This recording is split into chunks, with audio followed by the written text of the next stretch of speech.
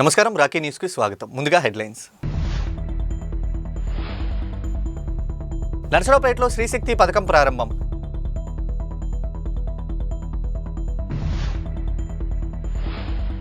Narasaraopet ISKCON టెంపుల్లో ఘనంగా నిర్వహించిన శ్రీకృష్ణ జన్మాష్టమి వేడుకలు.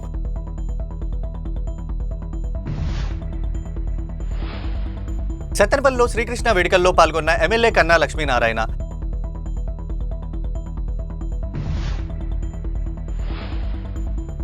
ఐ క్యాంప్ ప్రారంభించిన ఎమ్మెల్యే అరవింద్ బాబు.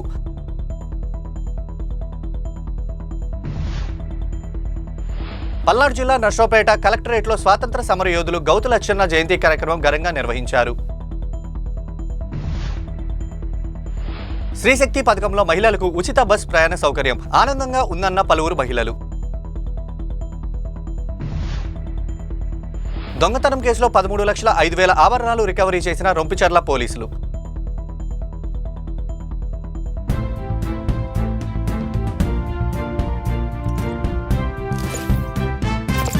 శ్రీశక్తి పథకాన్ని ప్రారంభించిన నర్సరావుపేట ఎంపీ లావు శ్రీకృష్ణదేవరాయలు, ఎమ్మెల్యే చదలవాడ అరవింద్ బాబు, జిల్లా కలెక్టర్ అరుణ్ బాబు, జిల్లా ఎస్పీ శ్రీనివాసరావు 4 పల్లె వెలుగు బస్సులని కొబ్బరికాయలు కొట్టి రిబ్బన్ కట్ చేసి ప్రారంభించారు. పథకాన్ని ప్రారంభించిన నర్సరావుపేట ఆర్టీసీ బస్టాండ్ నుంచి రావిపాడు వరకు మహిళలతో పాటు బస్సులో ప్రయాణించిన ఎమ్మెల్యే, ఎంపీ, కలెక్టర్ ఉచిత బస్సులో మహిళలు ఆనందంతో కాబోయే మంత్రి చదలవాడ అరవింద్ బాబు అంటూ నినాదాలు చేశారు. అనంతరం రావిపాడులో అమ్మవారి దేవస్థానంలో మొక్కులు తీర్చుకున్న ఎమ్మెల్యే చదలవాడ అరవింద్ బాబు.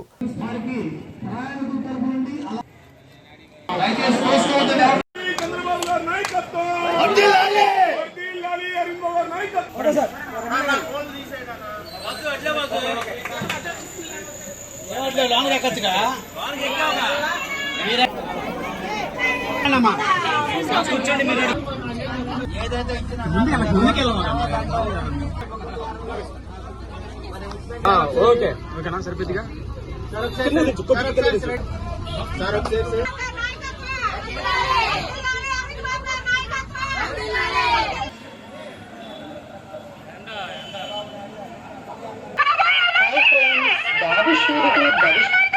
డెబ్బై 79వ స్వాతంత్ర దినోత్సవం సందర్భంగా మన ప్రియతమ నేత నారా చంద్రబాబు నాయుడు గారు ముఖ్యమంత్రిగా, అదేవిధంగా మన ప్రియతమ పవన్ కళ్యాణ్ గారు పట్టుదలతోటి వాళ్ళ ఉమ్మడి కుటుంబం నడిపిస్తూ ఇచ్చిన హామీలన్నీ నెరవేర్చుకోవడానికి వీలుగా వాళ్ళ ఉచితంగా బస్సు ప్రయాణాన్ని ఆగస్టు 15న వాళ్ళ ప్రవేశపెట్టడం జరిగింది. మా అక్క చెల్లెళ్ళకి, ఆడబడుచులకి అందరూ కూడా చిరునవ్వులు చిందిస్తూ వాళ్ళందరూ కూడా ఉచిత బస్సు ప్రయాణాన్ని ఆస్వాదిస్తూ వాళ్ళందరూ కూడా బస్సులు ఎక్కడం జరిగింది. రాష్ట్ర వ్యాప్తంగా అందరూ కూడా ఉచితంగా బస్సులో ప్రయాణం చేయొచ్చు. ఒక హైటెక్ బస్సులు తప్పితే అన్నింటిలో కూడా ప్రయాణం చేయొచ్చు. ఎవరన్నా మరి తిరుపతి వెళ్ళాలనుకుంటే నర్సరావుపేట నుంచి నెల్లూరు దాకా వెళ్ళి సింగిల్ స్టాప్ తోటి మళ్ళీ తిరుపతి వెళ్ళవచ్చు. అదేవిధంగా ఎవరన్నా కాకినాడ కానీ వైజాగ్ కానీ వెళ్ళాలనుకుంటే మరి విజయవాడ వెళ్ళి అక్కడ నుంచి వైజాగ్ కానీ కాకినాడ కానీ వెళ్ళొచ్చు. ఒక ఆధార్ కార్డు తీసుకొని బస్సు ఎక్కితే జేబులో డబ్బులున్నా లేకపోయినా కానీ ఎక్కడ చక్కగా ప్రయాణం చేసుకోవచ్చు. హామీలన్నీ దగ్గరుండి నెరవేరుస్తున్న నారా చంద్రబాబు నాయుడు గారికి, పవన్ కళ్యాణ్ గారికి మరి ప్రజలందరూ కూడా సదా రుణపడి ఉంటారు.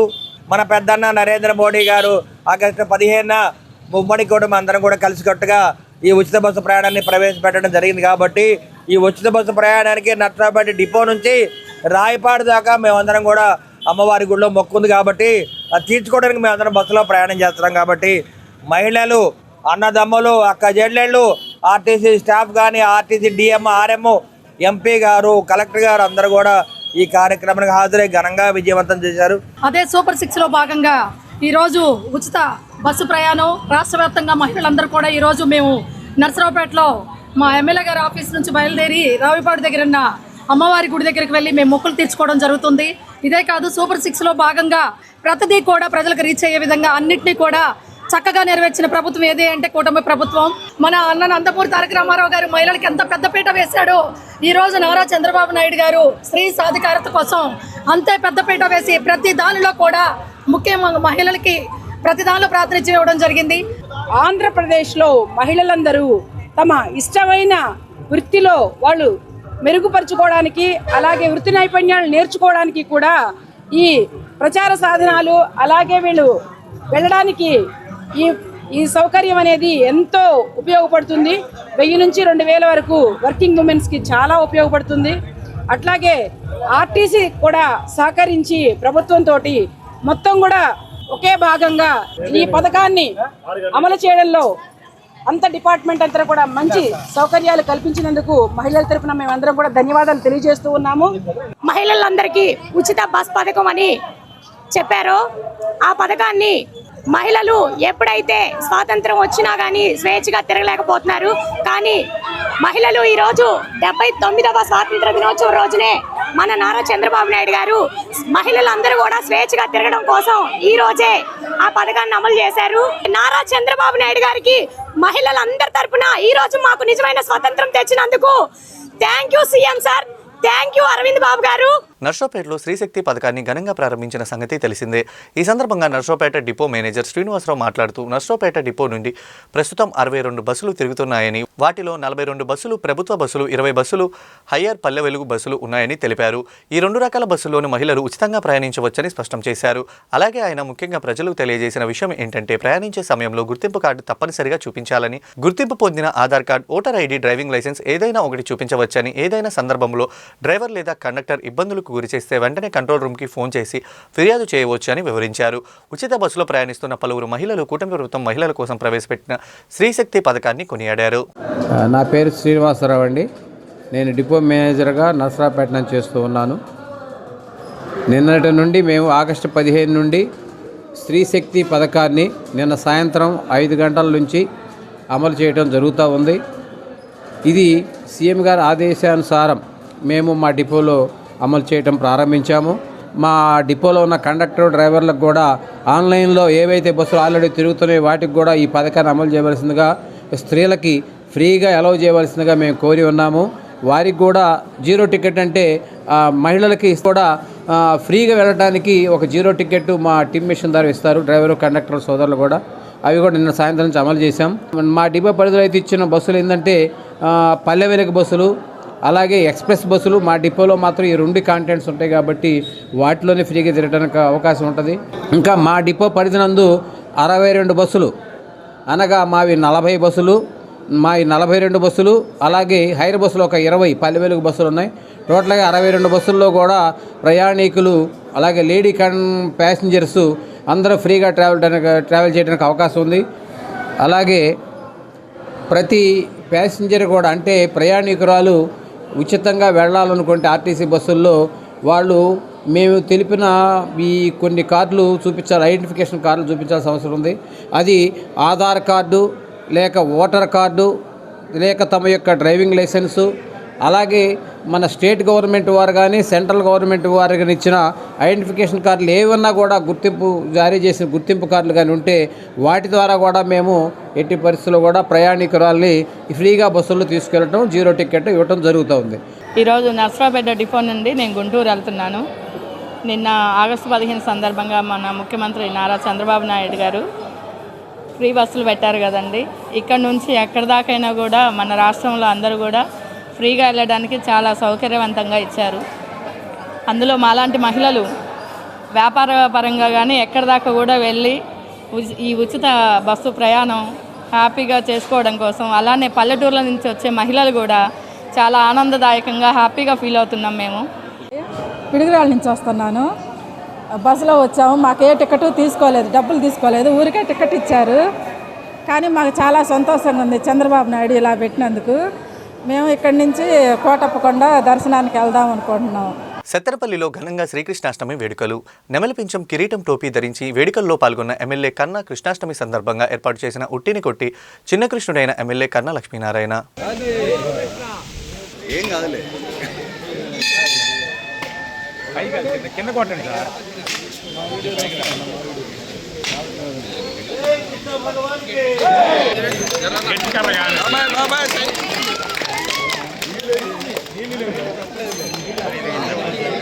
నర్సరావుపేట బరంపేటలోని శ్రీ శ్రీ రాధా గోవింద చంద్ర మందిరంలో శ్రీకృష్ణ జన్మాష్టమి ఉత్సవాలు ఎంతో ఆధ్యాత్మిక రీతిలో నిర్వహించబడ్డాయి. అంతర్జాతీయ శ్రీకృష్ణ చైతన్య సంఘం ఇస్కాన్ ఆధ్వర్యంలో జరిగిన 129వ శ్రీకృష్ణ జన్మాష్టమి సందర్భంగా ఆలయాన్ని పూలతో రంగురంగుల దీపాలతో ప్రత్యేకంగా అలంకరించారు. ఉత్సవాల్లో భాగంగా ఉదయం నుంచి రాత్రి వరకు మంగళహారతి, కీర్తనలు, భజనలు, గీతాపారాయణం, అభిషేకం, ప్రత్యేక పూజలు నిర్వహించబడ్డాయి. స్వామివారికి పంచామృత అభిషేకం చేసి అలంకార తీర్థ స్నానం చేసి భక్తులు గోవిందనామస్మరణలతో నిండిన వాతావరణంలో తులసి దళాలు సమర్పిస్తూ ఆదరణలు చేశారు. ఆలయ ప్రాంగణంలో గోవిందనామస్మరణ కీర్తనలు ప్రతిధ్వనించాయి. భక్తులు హరే రామ హరే రామ రామ రామ హరే హరే హరే కృష్ణ అంటూ గోష్ఠిగా జపం చేసి ఉత్సవ వాతావరణాన్ని మరింత భక్తిరసమయంగా మార్చారు. స్వామివారిని దర్శించుకునేందుకు స్థానిక భక్తులతో పాటు పరిసర ప్రాంతాల నుంచి కూడా పెద్ద సంఖ్యలో ప్రజలు తరలివచ్చారు. ప్రతి ఒక్కరికి ఆలయ నిర్వాహకులు తీర్థప్రసాదాలు అందజేశారు. ప్రత్యేకంగా చిన్నపిల్లలు శ్రీకృష్ణుని గోపికమ్మ వేషధారణలతో అలరించారు. ఈ సందర్భంగా ఇస్కాన్ ప్రతినిధులు మాట్లాడుతూ భక్తులు అందరూ భగవంతుని నామస్మరించం చేయాలని, సమాజంలో ప్రేమ, శాంతి, భక్తి విలువలు పెంపొందించడం శ్రీకృష్ణ జన్మాష్టమి ఉత్సవాల ప్రధాన ఉద్దేశమని అన్నారు.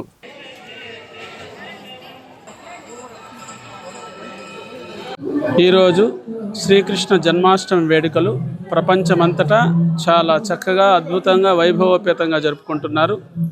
అదే శ్రీకృష్ణ జన్మాష్టమి ఉత్సవాల్ని శ్రీ శ్రీ రాధా గోవింద చంద్ర మందిరంలో, ఇస్కాన్ మందిరంలో చక్కగా శ్రీకృష్ణ జన్మాష్టమి వేడుకల్ని జరుపుకుంటూ శ్రీల ప్రభుపాదుల వారి 129వ వ్యాస పూజా మహోత్సవాన్ని రేపు జరుపుకుంటారు. రేపటి రోజున 17/8/2025 ఆదివారం శ్రీల ప్రభుపాదుల వారి 129వ వ్యాస పూజా మహోత్సవాన్ని చాలా చక్కగా ఉదయం 10:30 గంటలకి మహాశంఖాభిషేకం, మహారాజభోగ నివేదన, సంపూర్ణ ప్రసాద వితరణ, అన్నదాన కార్యక్రమంతో ముగిస్తుంది రేపటి మధ్యాహ్నం. అందుకని ప్రజలందరూ ఈ కార్యక్రమంలో పాల్గొని భక్తులందరూ ఈ కార్యక్రమాన్ని సద్వినియోగం చేసుకోవాలని మరీ కోరుకుంటూ, హరే కృష్ణ. అందరికీ కృష్ణాష్టమి శుభాకాంక్షలు. ఈరోజు మన నర్సరావుపేట ఇస్కాన్ టెంపుల్లో స్వామివారికి అంగరంగ వైభవంగా కార్యక్రమాలు జరుగుతున్నాయి. ఉదయం అభిషేకాలు, మధ్యాహ్నం హారతులు, ఇక సాయంత్రం అయితే 4 గంటలకు మనకందరికీ చాలా ఇష్టమైన బుట్టి కార్యక్రమం. సో ఈ బుట్టి కార్యక్రమంలో భక్తులందరూ పాల్గొనేదలిచిందిగా కోరుకుంటున్నాము. ఈ అవకాశాన్ని ఇచ్చిన రాకేష్ ఛానల్కి కృతజ్ఞతలు. డాక్టర్ సర్దార్ గౌతు లచ్చన్న జయంతి సందర్భంగా పోలీసు కార్యాలయం నందు చిత్రపటానికి పూలమాలలు వేసి ఘనంగా నివాళులర్పించిన పల్నాడు జిల్లా ఎస్పీ శ్రీ కంచి శ్రీనివాసరావు. డాక్టర్ గౌతు లచ్చన్న 16/8/1909వ తేదీన శ్రీకాకుళం జిల్లా సోంపేట మండలం బార్వా గ్రామంలో జన్మించారు. ఆయన వారి తల్లిదండ్రులకు 8వ సంతానం. వారి తల్లిదండ్రులు ఆశయంతో ఆయనకు విద్యను అందించారు. భారతదేశంలో సర్దార్ వల్లభాయ్ పటేల్ తర్వాత సర్దార్ అనే గౌరవం పొందిన ఏకైక వ్యక్తి లచ్చన్న. సాహసానికి, కార్యదక్షతకు మెచ్చిన ప్రజలు కితాబే సర్దార్ గౌతు లచ్చన్న, వివి గిరి, నేతాజీ సుభాష్ చంద్రబోస్ జయంతి, ధర్మతేజ మొదలకు అనేక మంది జాతీయ నాయకులతో కలిసి భారతదేశ స్వాతంత్ర పోరాటంలో పాల్గొని అనేక పర్యాయాలు జైలుకు వెళ్లారని, ప్రకాశం పంతులు, బెజవాడ గోపాలరెడ్డి మంత్రివర్గంలో మంత్రి పదవి నిర్వహించిన లచ్చన్న మద్యపాన నిషేధం విషయంలో ప్రకాశం పంతులు గారితో విభేదించి అవిశ్వాస తీర్మానం ప్రవేశపెట్టి ప్రకాశం గారి ప్రభుత్వ పతనానికి కారభూతుడయ్యారని, తెలుగువారి రాజకీయ జీవనంలో స్వాతంత్రానికి ముందు తర్వాత ప్రభావితం చేసిన నాయకుడు లచ్చన్న కేవలం స్కూల్ విద్యకే పరిమితమైన ఆచార్య గోగినేని రంగ ప్రథమ అనుచరుడు, తెలుగులో మంచి ఉపన్యాసకుడుగా, రాజాజీ ఉపన్యాసాలు అనువాదకుడిగా చరిత్ర ముద్ర వేసుకున్న బడుగు వర్గ పోరాణజీవిగా లచ్చన్న అని తెలిపారు. ఈ కార్యక్రమంలో ఎస్పీతో పాటు పోలీస్ అధికారులు మరియు పోలీస్ సిబ్బంది పాల్గొన్నారు. గౌడ సంక్షేమ సంఘం, ఏపీ బీసీ సంక్షేమ సంఘం, ప్రభుత్వ బీసీ వెల్ఫేర్ అధికారుల ఆధ్వర్యంలో సర్దార్ గౌతు లచ్చన్న 116వ జయంతి వేడుకల్లో ఎమ్మెల్యే డాక్టర్ చదలవాడ అరవింద్ బాబు, తహసీల్దార్ Venugopalarao, BC welfare district officer K Srinivasulu పాల్గొన్నారు. బడుగుల ఆరాధ్య దైవం గౌతు లచ్చన్న ప్రముఖ స్వాతంత్ర సమరయోధులు, రైతు బంధువుడు, అనగాని వర్గాలకు ఆశాజ్యోతి, కీర్తిశేషులు సర్దార్ గౌతు లచ్చన్నను బడుగు బలహీన ఆరాధ్య దైవంగా భావిస్తున్నారని పలువురు కొనియాడారు. సర్దార్ గౌతు లచ్చన్న 116వ జయంతి వేడుకల్లో సందర్భంగా వారి చిత్రపటానికి పలువురు బీసీ నేతలు పూలమాలలు వేసి ఘనంగా నివాళులర్పించారు. కీర్తిశేషులు లచ్చన్న శ్రీకాకుళం జిల్లా పలాస ప్రాంతంలో బలహీన వర్గాలకు చెందిన గీతా కార్మికుల గౌడ కులానికి చెందిన వారన్నారు. తన 17 ఏళ్ల వయసులోనే స్వాతంత్ర సమరంలో పాల్గొనే వ్యక్తి గౌతు లచ్చన్న అని పలువురు తెలిపారు.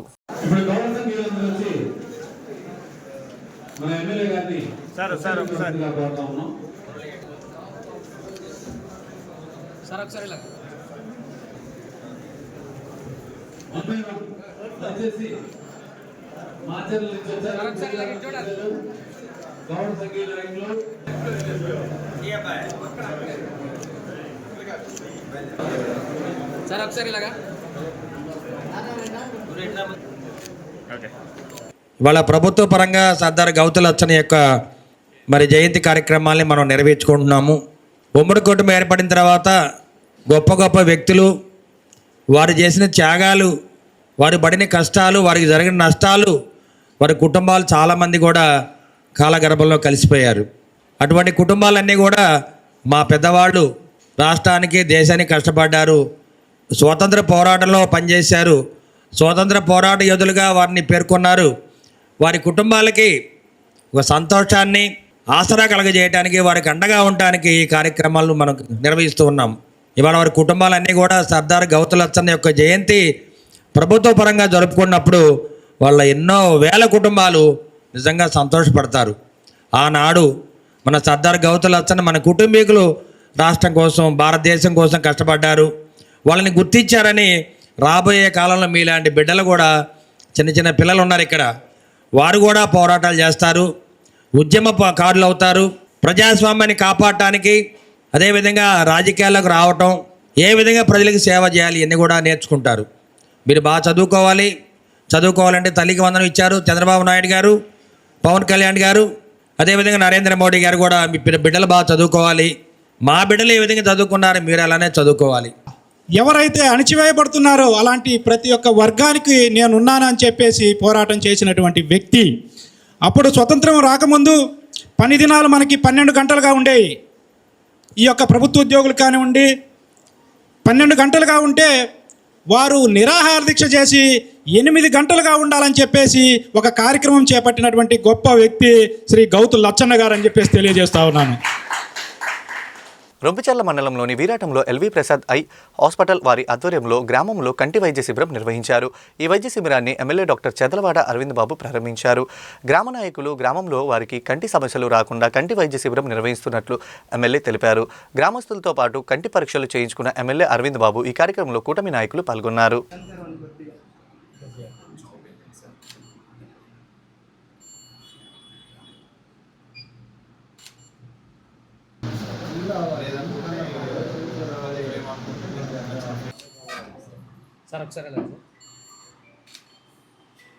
మరి వీరాటం గ్రామంలో రొంపిచెర్ల మండలం ఎల్వి ప్రసాద్ గారి ఐ హాస్పిటల్ ఆధ్వర్యంలో ఐ క్యాంప్ పెట్టడం జరిగింది. దీనికి ప్రధాన కారణం గ్రామ నాయకులు అందరూ కూడా కలిసికట్టుగా మరి గ్రామంలో ఉన్న కళ్ళ జబ్బులను కూడా చూపించి ఏదైనా నేత్రదానం చేయాలన్నా కానీ, కన్ను శుక్లాల ఆపరేషన్ చేయాలన్నా కానీ వీటికి అవకాశాన్ని కల్పిస్తూ మరి ధూళిపాడ దగ్గర ఉన్న ఎల్వి ప్రసాద్ ఐ హాస్పిటల్ వాళ్ళందరూ కూడా వారి సౌజన్యంతో మనం ఈ కార్యక్రమం చేయడం జరుగుతుంది. మరి దాదాపు 100 మంది పేషెంట్లు ఇప్పటిదాకా పరీక్షలు చేయడం జరిగింది. మరి అందరూ కూడా జాగ్రత్తగా పరీక్షలు చేయించుకోండి. నయనం ప్రధానం కాబట్టి అందరం కూడా కళ్ళు జాగ్రత్తగా ఉండాలి. శుక్లాలు జనరల్గా ఏజ్ ప్రియకుండా శుక్లాలు వస్తుంటాయి, అందుకని అశ్రద్ధ చేయకుండా మీరు అందరూ కూడా చూపించుకోండి. కొంతమందికి క్యాట్రాక్ట్ ఒకటే, శుక్లం ఒక్కటే కాదు, కంట్లో పీడనం పెరుగుద్ది, గ్లకోమా అంటారు దాన్ని. కొంతమంది అశ్రద్ధ చేస్తూ ఉంటారు కాబట్టి వయసు పెరిగే కొద్ది ఇటువంటి వ్యాధులు వస్తూ ఉంటాయి. మరి జాగ్రత్తగా అందరూ కూడా పరీక్షలు చేయించుకోవాలి.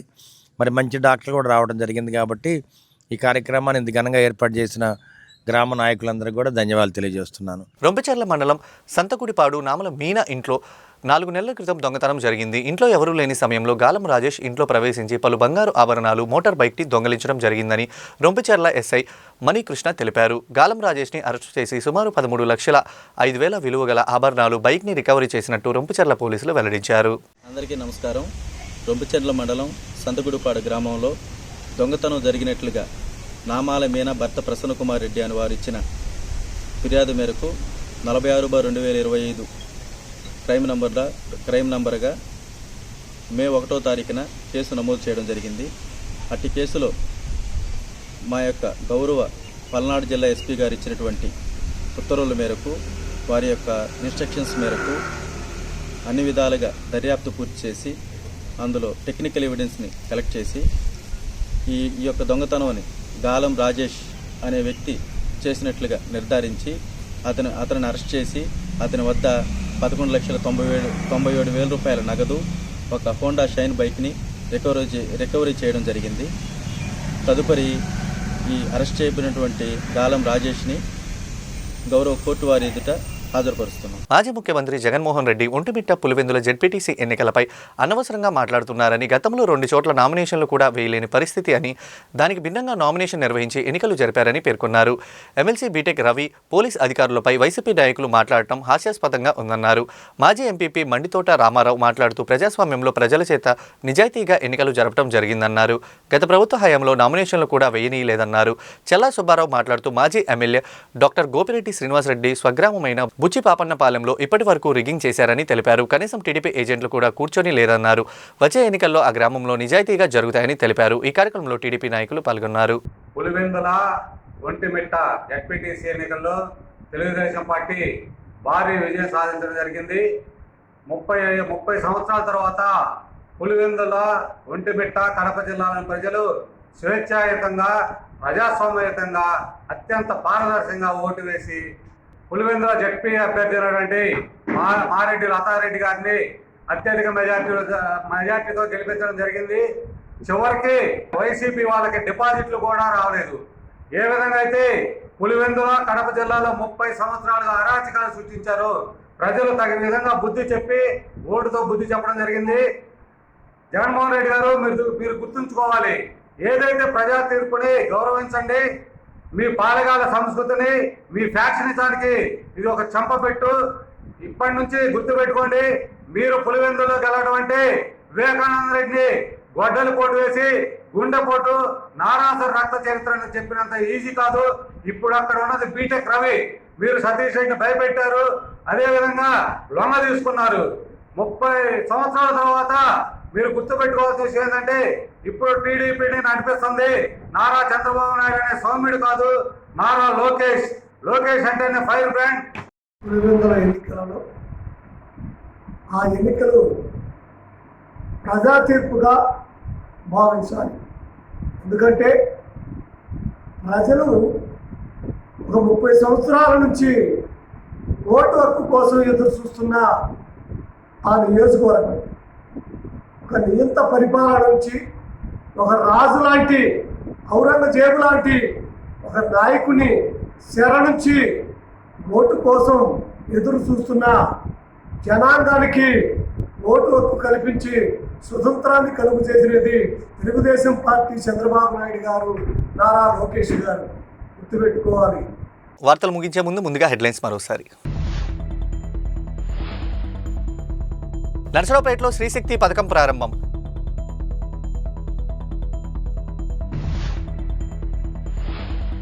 నర్సరావుపేట ఇస్కాన్ టెంపుల్లో ఘనంగా నిర్వహించిన శ్రీకృష్ణ జన్మాష్టమి వేడుకలు.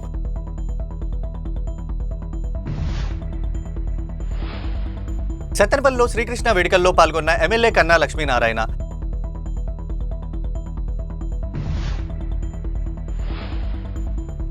ఐ క్యాంప్ ప్రారంభించిన ఎమ్మెల్యే అరవింద్ బాబు.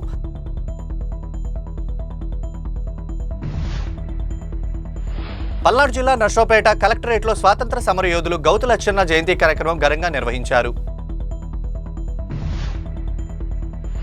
శ్రీశక్తి పథకంలో మహిళలకు ఉచిత బస్ ప్రయాణ సౌకర్యం ఆనందంగా ఉందన్న పలువురు మహిళలు. దొంగతనం కేసులో 13,05,000 ఆభరణాలు రికవరీ చేసిన రొంపిచర్ల పోలీసులు.